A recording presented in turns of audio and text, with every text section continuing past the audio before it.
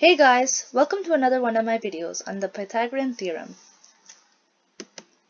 So let's get started. Say we have a right triangle like this and we wanted to figure out what the lengths of each of these sides are.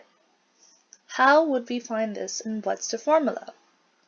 Well, back in the days what they did was that they drew squares all around the sides. So they drew something like this. Then what they did was they counted the perimeter of each of these sides using the boxes. They found out that one of the sides was 3, the other side was 4, and the other side was 5. They wanted to know the relation between the area of these boxes and the side lengths. So they counted the area.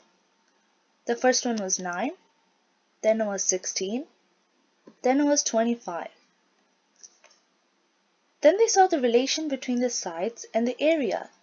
They discovered that each one of the sides are a square of each one of these boxes. So 3 square is 9, 4 square is 16, and 5 square is 25. They came up with the formula a square plus b square is equal to c square,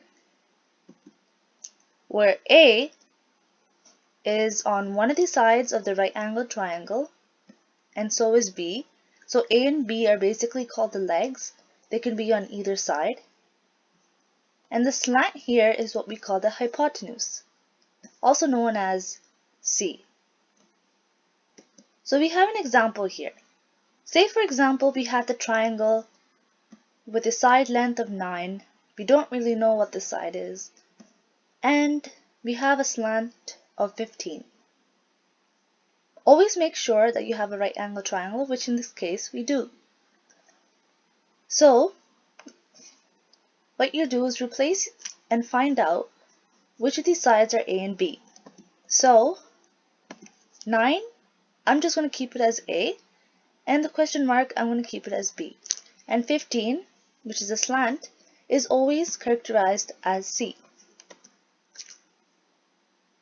So if you replace A with 9 square, and we replace C with 15, and we just drop the square, we just keep b square as is, because that's the variable we're solving for. And so, all we need to do is do some simple algebra. If we take b to the other side, this leaves us with 15 square minus 9 square.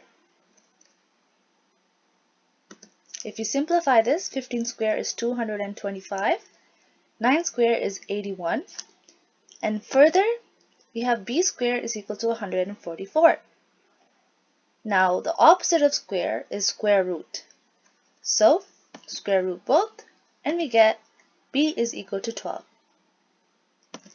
Thanks for watching. So that was Pythagorean Theorem in just under 5 minutes.